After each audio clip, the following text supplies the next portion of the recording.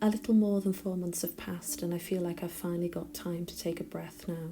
The studio has become chaotic and in more than a little need of dusting. During this time, some disorderly thoughts have become more clear and are now begging to be addressed more formally, and today I wanted to talk about them with you.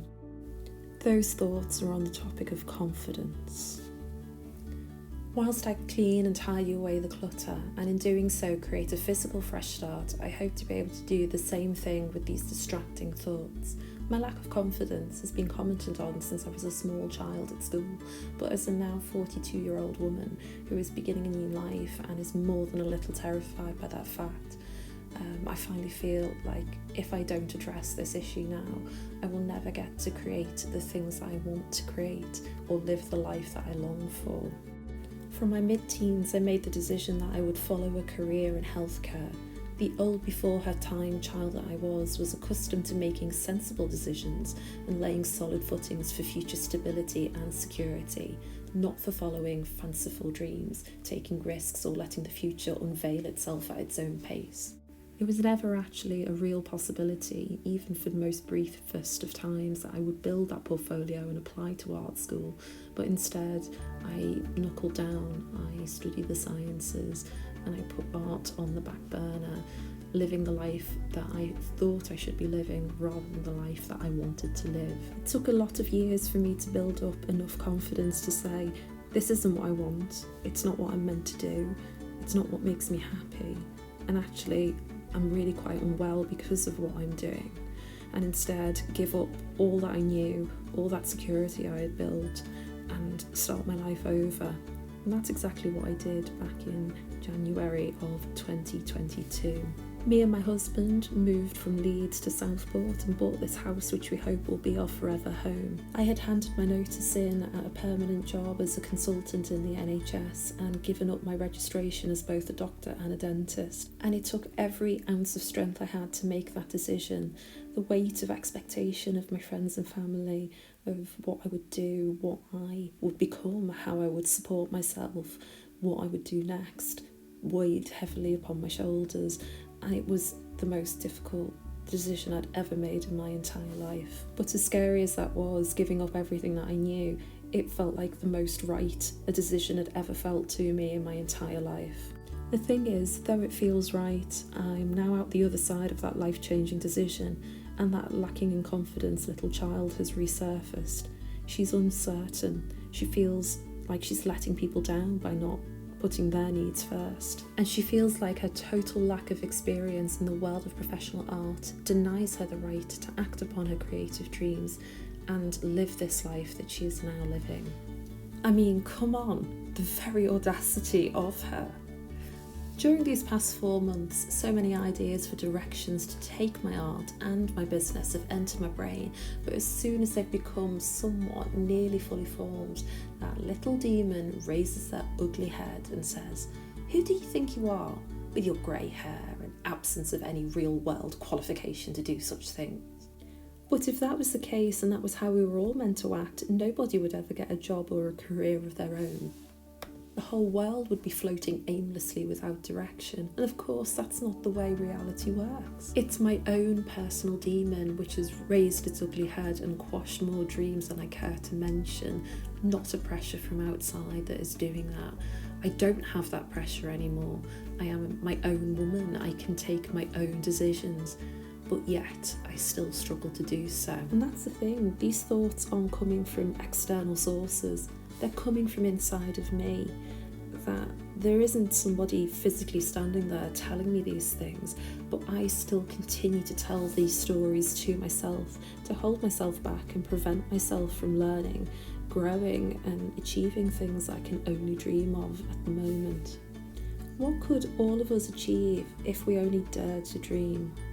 What would it be like if we allowed ourselves to have flights of fantasy, to think about what could be if there were no barriers in our path and how we might move those barriers or jump over them, or simply change direction and start something new when something doesn't work?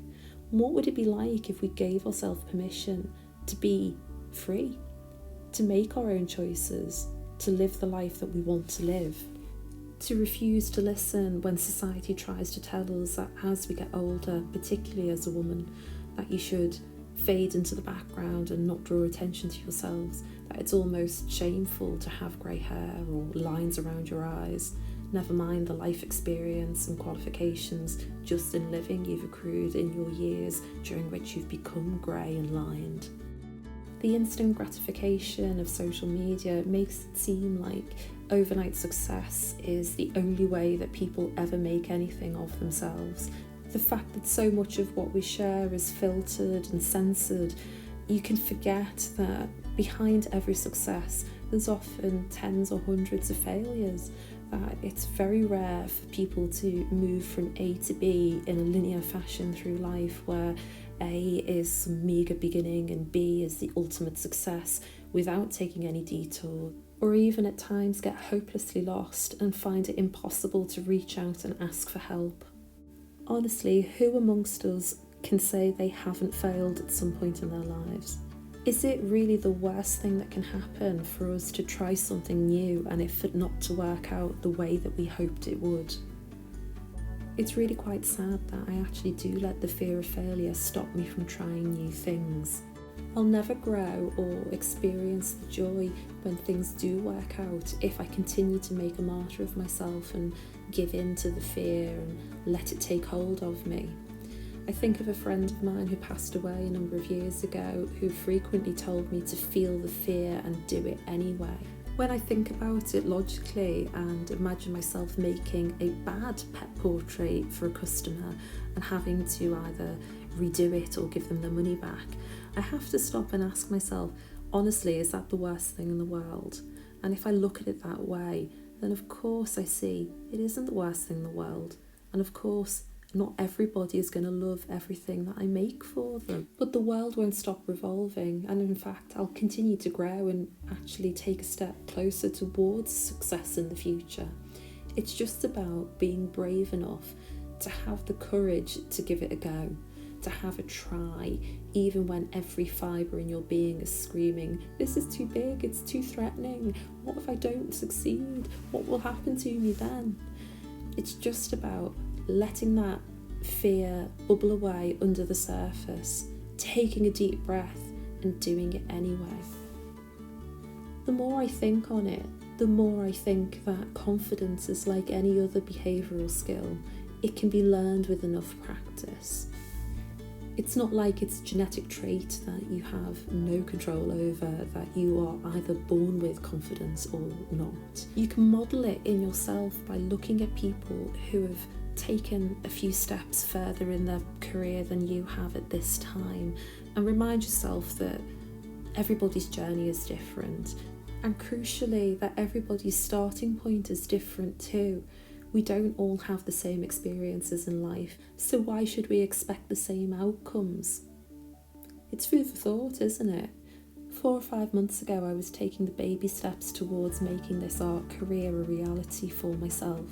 And I think the excitement of actually doing the thing that I'd longed to do for so many years had me a little bit carried away, and I imagined by this point that I would have written a book about art and that I would have this YouTube channel where I was churning out top quality art videos 3 times a week, every single week, on top of writing a world-class newsletter and having thousands more followers on Instagram. When I pause and take breath and think about that right now, it seems absolutely laughable. And it kind of is. But just because my time frame was wrong doesn't mean that my dream is wrong. It might take me a little bit longer at this point in my life for those things to become a reality, but I'm not going to stop trying. I am going to still be scared, and I am definitely going to make wrong decisions along the way.